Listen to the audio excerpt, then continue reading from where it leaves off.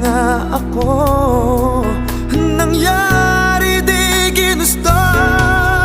Ako pa ba'y kayang yakapin ang init ng halik sa